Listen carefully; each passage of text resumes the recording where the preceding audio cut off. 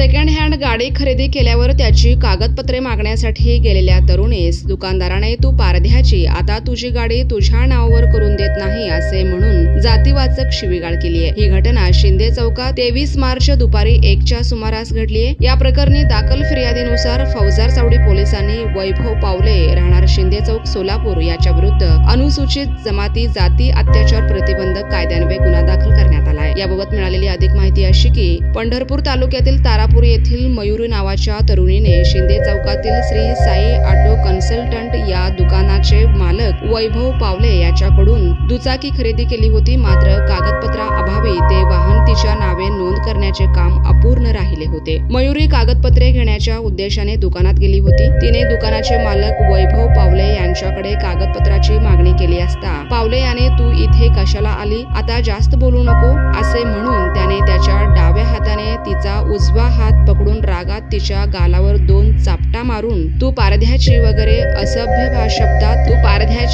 असभ्य शब्दात बोलून जातीवाचक शिवीगाळ करीत ती गाडी तुझ्या नावावर करत नाही, तुला काय करायचं आहे ते कर असे म्हणून धमकी दिली। यावेळी पावले याने त्याचा जेवणाचा डबा तिच्या दिशेने फेकून मारला। या प्रकरणी तिने दाखल केलेल्या फिर्यादीनुसार फौजदार चावडी पोलिसांनी वैभव पावले याच्या विरुद्ध भारतीय दंडविधान कलम 323, 509, 504 यासह अनुजाती जमाती अत्याचार प्रतिबंध कायदा कलम 3(1) RS 325 अ प्रमाणे गुन्हा दाखल केलाय। सहाय्यक पोलीस आयुक्त तोरडमल या गुन्ह्याचा अधिक तपास करीत आहेत।